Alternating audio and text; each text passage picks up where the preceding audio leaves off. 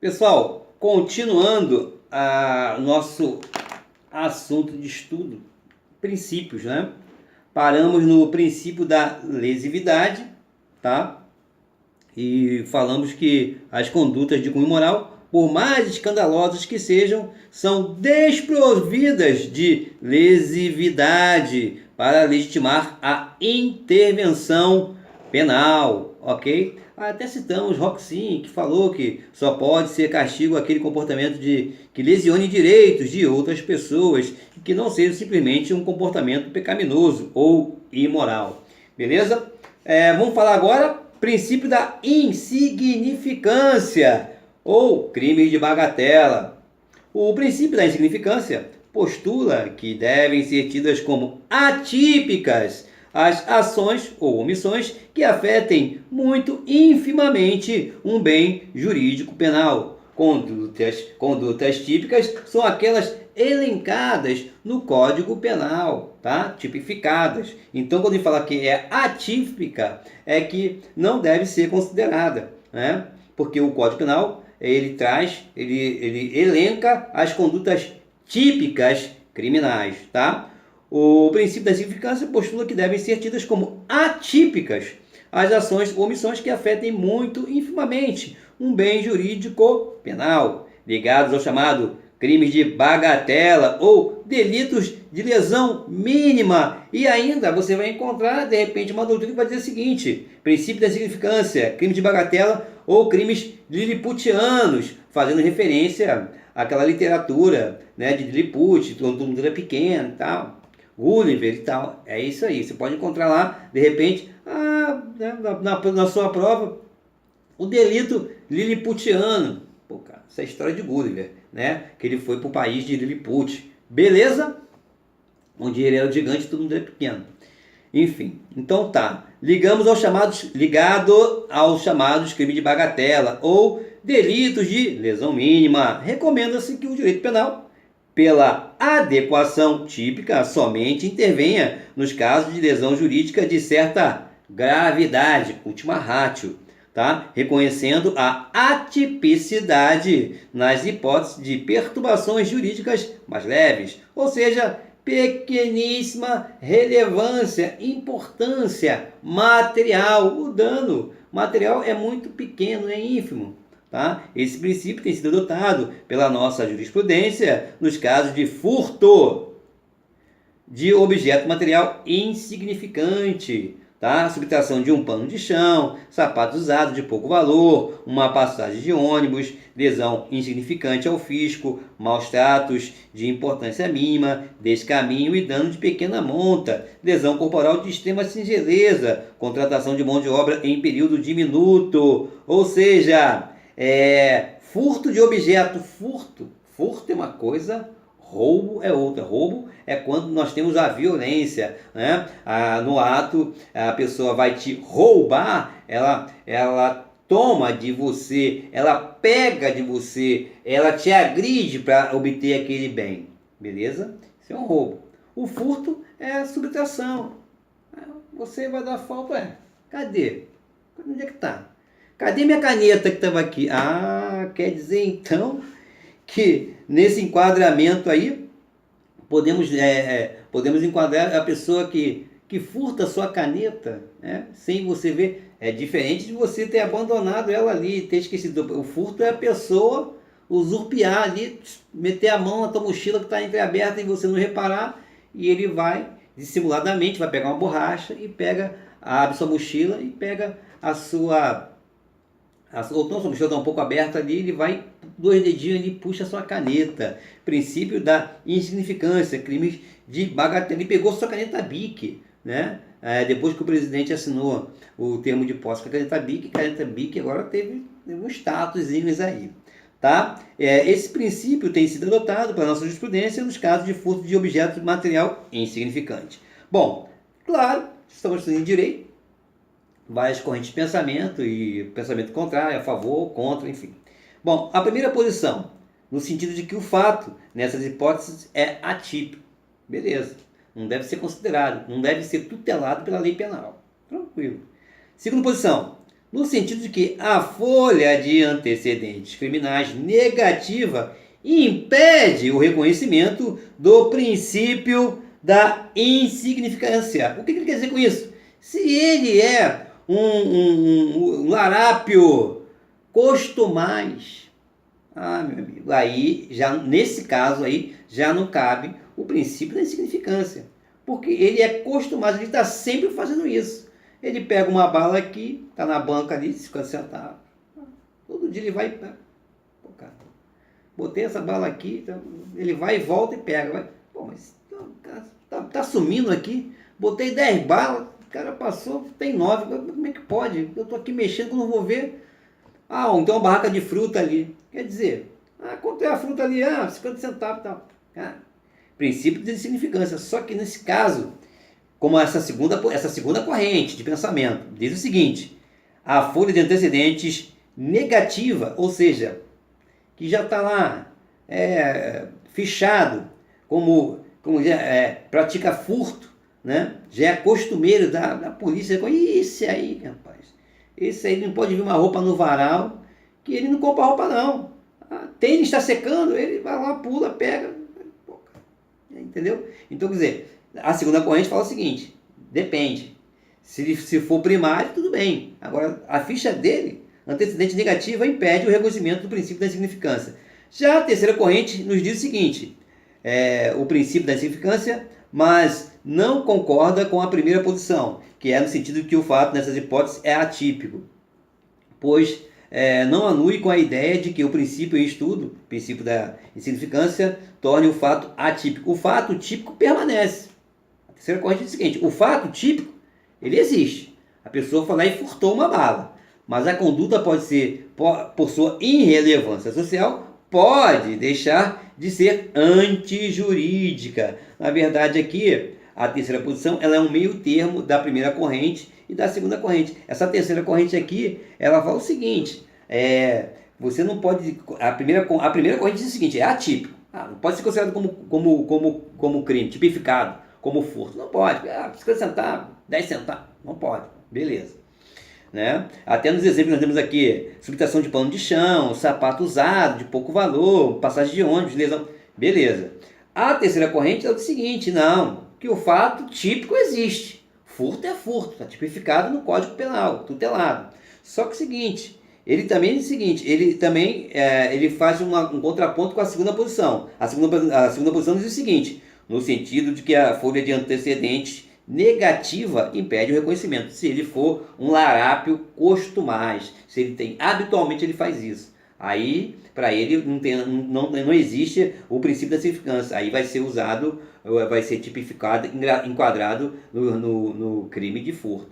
Já a terceira corrente, ela fala o seguinte: o fato típico existe, mas a conduta, por sua irrelevância social, pode deixar de ser antijurídica. Essa a terceira corrente aqui é um meio termo entre a primeira e a segunda. Por isso que o direito é brilhante. Né? Cada pessoa pensa uma coisa e vê, né, e defende com veemência. Né? Bom, vamos falar agora do princípio da culpabilidade, ou seja, num crime sine culpa, ou seja, não há crime sem culpa, ou não há crime sem culpabilidade. A pena só pode ser imposta a quem, agindo com dolo, com intenção ou culpa, negligência, imperícia ou imprudência, e merecendo juízo de reprovação, cometeu um fato típico e antijurídico. O fato típico é aquele elencado no nosso Código Penal, antijurídico, ou seja, contra a norma. É um fenômeno individual. O juízo de reprovabilidade, culpabilidade, elaborado pelo juiz, recai sobre o sujeito imputável que, podendo agir de maneira diferente, tinha condições de alcançar o conhecimento da sua ilegalidade, da sua ilicitude, do fato, potencial consciência da antijuridicidade. Isso está dentro do conceito de culpabilidade. Quando nós formos falar da teoria do crime, nós vamos trabalhar esse tripé, né? Fato típico, antijurídico e culpável. A matou o B. A cometeu um crime. A matou o B. A cometeu o crime? Depende. Ele cometeu um fato típico. E se for antijurídico? E se não, aliás, e se não for antijurídico, por exemplo, legítima defesa? Ele cometeu um fato típico, mas ele não foi culpado, porque ele agiu em legítima defesa. Então, para você falar que A matou o B, cometeu um crime, ele tem que ser um fato típico, elencado no nosso Código Penal, antijurídico, tá? Contra a norma, já que a legítima defesa, o estrito cumprimento do estrito cumprimento do dever legal é uma excludente de ilicitude, né? Ele tem que ser culpável, ou seja, se ele for menor de idade, né? Se ele for um deficiente mental, cara, ele é inimputável, aí é uma medida de segurança, é outra história. Então, o tripé do crime é esse, alto e claro, fato típico, antijurídico e culpável, ok? Vamos trabalhar isso lindamente, né? Vamos nadar de costas na teoria do crime, né? O direito penal é fascinante. Esse início essa propedêutica, né? Esse início realmente é teórico. Teorias, em cima de teorias, princípios, tem vários princípios e, claro, sempre falando, dependendo da doutrina que você for adotar, vai ter mais princípios que um outro, que um autor adota um número X de princípios, outro aumenta, outro diminui, outro elenca no seu julgo. O mais importante são esses princípios, ok? Então vamos continuar. Princípio da culpabilidade. Num crime, sine culpa. É um fenômeno individual, o juízo de reprovabilidade, culpabilidade, elaborado pelo juiz, que recai sobre o sujeito imputável. Já falei sobre isso. Potencial consciência da antijuridicidade. Isso está dentro da culpabilidade. Bom, segundo o princípio da culpabilidade, em sua configuração mais elementar, não há crime sem culpabilidade. Trata-se do postulado nulla poema sine culpa. Não há pena sem culpa, sendo que a pena não pode ultrapassar a medida da culpabilidade. O princípio da culpabilidade, juntamente com o princípio da presunção de inocência, aboliu de vez a responsabilidade penal objetiva, no qual o agente pagaria, mesmo na ausência de dolo ou culpa. Responsabilidade penal objetiva, no qual o agente pagaria mesmo na ausência. Isso acontece muito, dessa responsabilidade penal objetiva, ele não tem mais, a gente vê muito na defesa do consumidor. A responsabilidade civil objetiva. Você vai ouvir muito falar sobre isso. Você mora num condomínio, paga condomínio, está em dia. Alguém entra no condomínio e furta seu carro, meu amigo. O condomínio, mas o portão estava com problema, meu amigo, não tem uma administradora?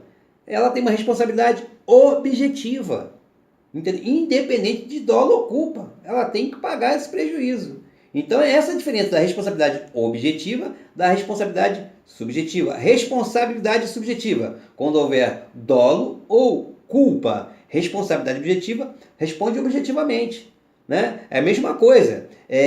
Você está com o teu carro, abriu o sinal, você segue o teu carro, vem um carro do Tribunal Regional do Trabalho, Tribunal Regional e abarroa. Meu amigo, o tribunal tem uma responsabilidade objetiva com você, independente de dolo ou culpa. Meu amigo, eu fui abarroado pelo carro da empresa aí, da ICEMAR aí, de luz aí, enfim, da Light, da Eletropaulo. Meu amigo, responsabilidade objetiva. Ela vai pagar o prejuízo daquele carro que ela abarrou, que o motorista abarrou, e depois uma ação regressiva aí vai descontar do salário dele, vai apurar se ele estava errado ou não, né? Se ele perdeu o freio, porque não teve manutenção, enfim.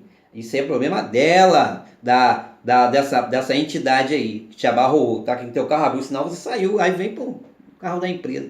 Responsabilidade, meu amigo, não quer saber. Ela vai pagar o prejuízo. Responsabilidade objetiva, ou seja, independe de dolo ou culpa. tá? Responsabilidade subjetiva, aí sim depende dolo ou culpa, se você teve intenção ou se foi culpa, ou seja, negligência, imperícia ou imprudência. Beleza? Bom, onde é que eu tô?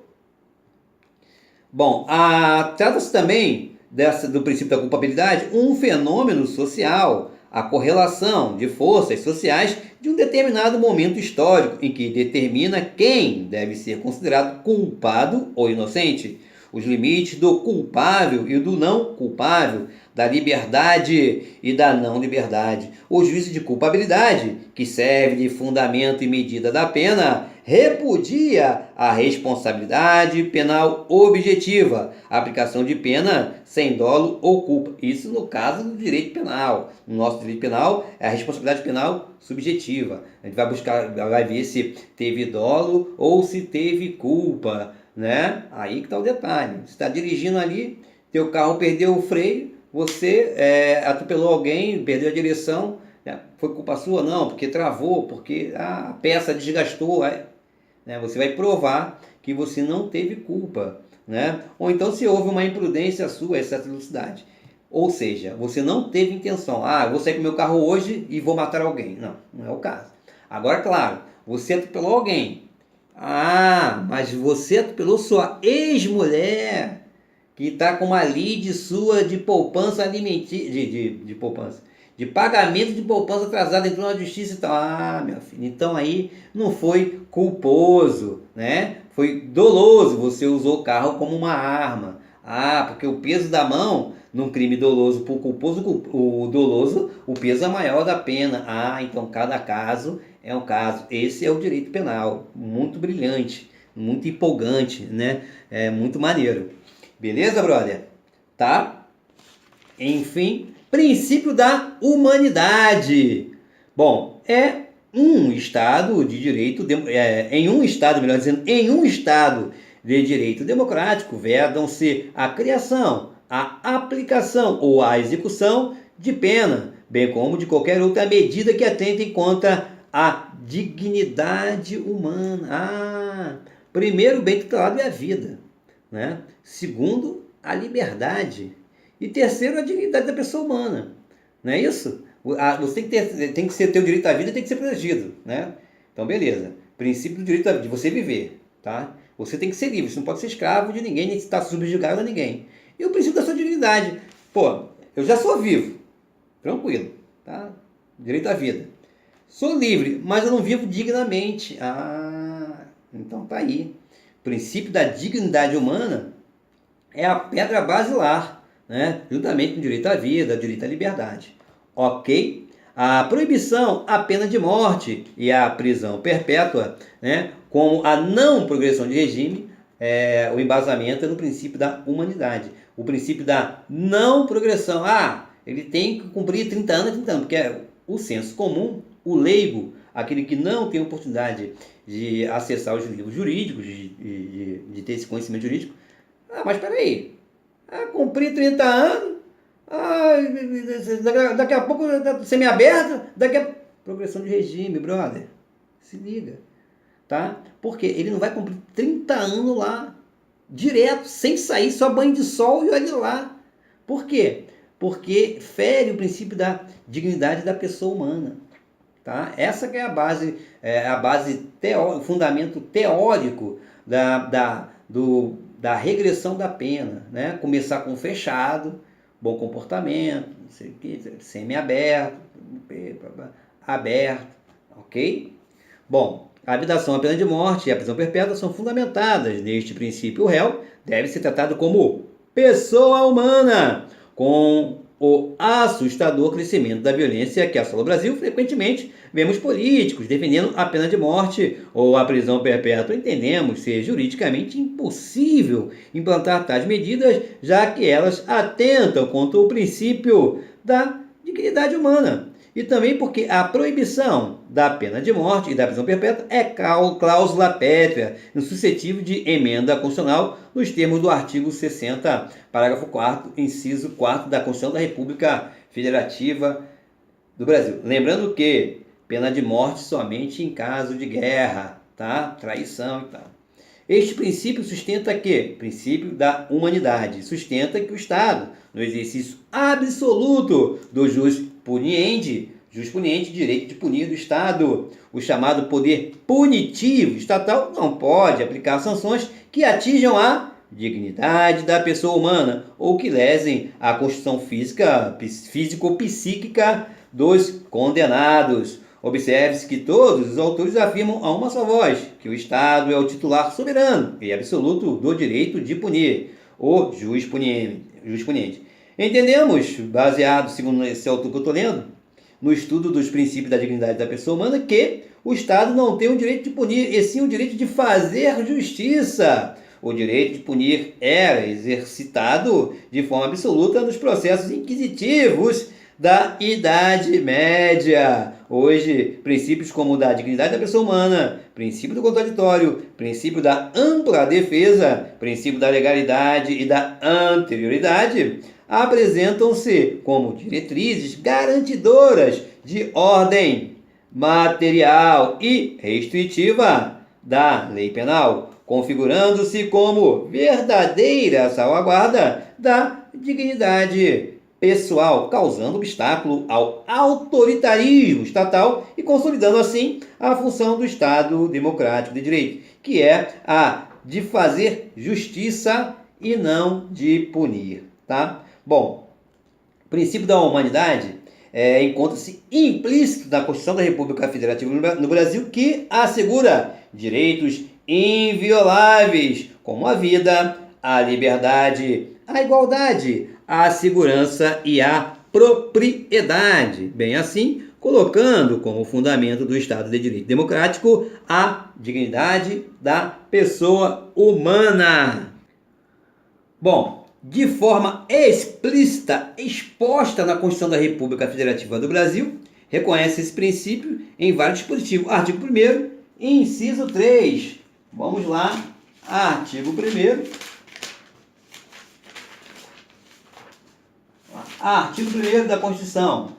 A República Federativa do Brasil, formada pela união indissolúvel dos Estados e dos municípios do Distrito Federal, constitui-se um Estado democrático de direito e tem como fundamentos, inciso 3, a dignidade da pessoa humana. Onde é que está o princípio da humanidade? Artigo 1º, inciso 3, ou seja, princípio fundamental. Outro, artigo 5º.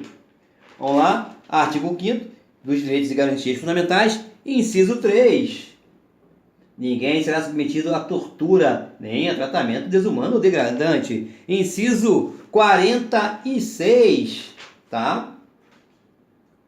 46.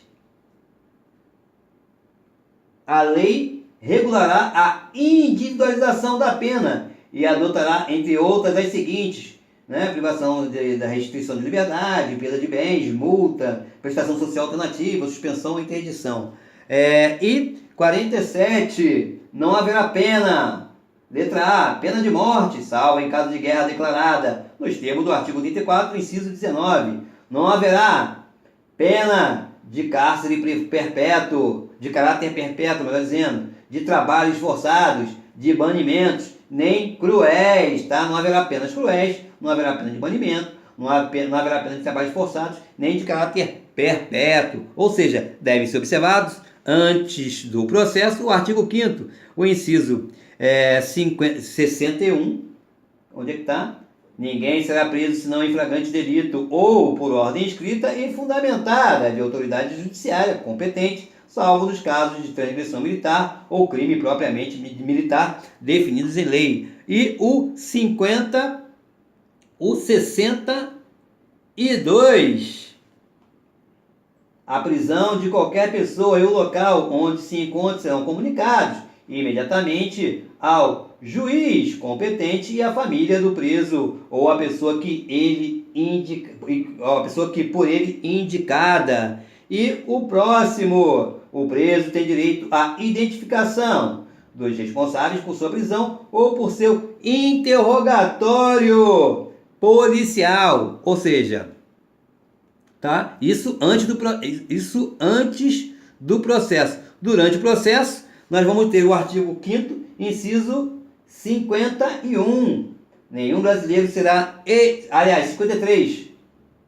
Ninguém será processado e nem sentenciado, senão pela autoridade competente, tá? 54. Ninguém será privado da liberdade ou de seus bens sem o devido processo legal. 55. Aos litigantes em processo judicial ou administrativo e aos acusados em geral são assegurados o contraditório e a ampla defesa com os meios de recursos legais inerentes. Bom, e na execução da pena, proibição de penas degradantes, cruéis, de trabalhos forçados, de banimento e da sanção capital. Artigo 5º, inciso 60, inciso 47. Caramba, é muita coisa. Cadê? 47, vamos lá. Não haverá, isso aqui eu já li. Não haverá pena até os 50. As presidiárias serão asseguradas condições para que possam permanecer com seus filhos durante o período de amamentação. Princípio da dignidade da pessoa humana. É assegurado aos presos o respeito à integridade física e moral, tá? Princípio da dignidade da pessoa humana, artigo 5º. A pena será cumprida em estabelecimentos distintos de acordo com a natureza do delito, idade e sexo do apenado. Bom, assim, o princípio da humanidade é o que dita a inconstitucionalidade de qualquer pena ou consequência do delito que crie um impedimento físico permanente, ou seja, morte, amputação, castração ou esterilização, intervenção neurológica e etc., como também qualquer consequência jurídica indelével do direito, baseado no princípio da humanidade ou princípio da dignidade da pessoa humana. Ok? Estou com tempo? Estou. Princípio da proporcionalidade. O princípio da proporcionalidade é operado através da verificação pelo juiz de determinado caso concreto, no qual surge o conflito de dois interesses juridicamente protegidos. Em caso afirmativo, deverão estes interesses postos em causa ser pesados e ponderados. A partir daí, estabelecerão os limites de atuação das normas na verificação do interesse predominante. Deste modo, o juiz, mediante minuciosa valoração dos interesses, a sua convicção jurídica, decidirá em que medida deve-se fazer prevalecer um ou outro interesse, impondo as restrições necessárias ao resguardo de outros bens jurídicos tutelados. Realmente, com frequência, o juiz depara-se com dilemas em que a solução de um problema processual implica o sacrifício de um valor conflitante com o outro, não obstante ambos tenham tutela legal. Nesse caso, deve valorar os princípios em conflito, estabelecendo em cada caso que direito ou prerrogativa deva prevalecer. Na solução do conflito, é preciso desvendar o seguinte paradigma: se quaisquer das soluções afrontarão direitos, qual a solução menos injusta? Ou seja, qual a solução que, dentro das desvantagens, apresentará mais vantagem à solução do litígio, de modo a dar-se a solução concreta mais justa.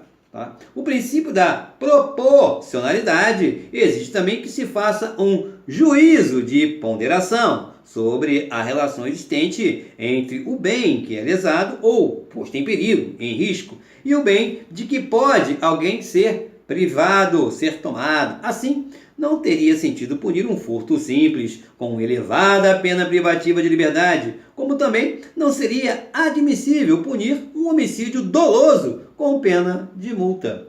A Constituição da República Federativa do Brasil, ao estabelecer as modalidades de penas que a lei ordinária, a lei comum, deve adotar, a lei infraconstitucional, consagra a proporcionalidade, corolário natural da aplicação da justiça, que é dar a cada um o que é seu por merecimento, cada um dá a cada um o que é seu por direito. Fixa-se o artigo 5º as seguintes penas.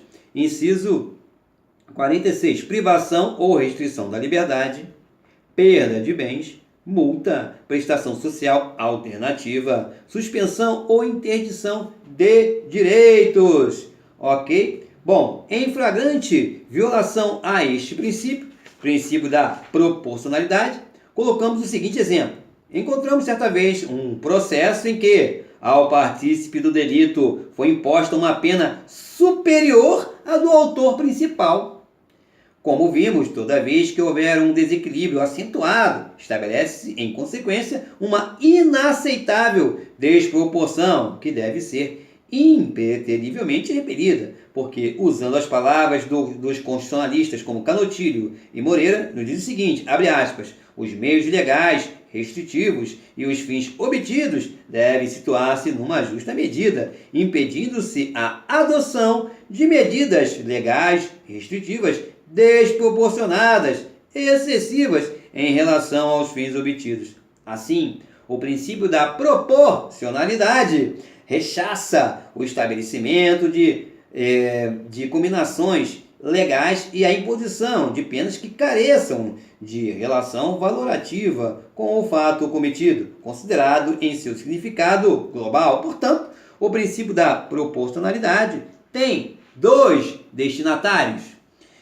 O Poder Legislativo, que deve estabelecer penas proporcionais, em abstrato, à gravidade do delito, e ao magistrado, ao juiz, que deve impor as penas aos autores, partícipes e coautores de forma proporcional à sua concreta gravidade. Isso é o princípio da individualidade, né? Cada um tem que sofrer a pena na sua participação, né? A cada um a lei tem que pesar de acordo com a sua autoria.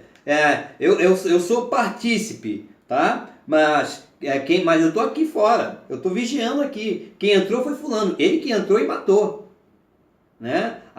Eu sou coautor, eu entrei junto com ele, mas quem deu a facada, eu segurei, mas quem deu a facada, então cada um vai ter seu peso, cada um vai ter sua pena, ok? Paramos por aqui e continuamos, vamos falar no próximo segmento, princípio da proporcionalidade ainda, continuamos nesse mesmo tema.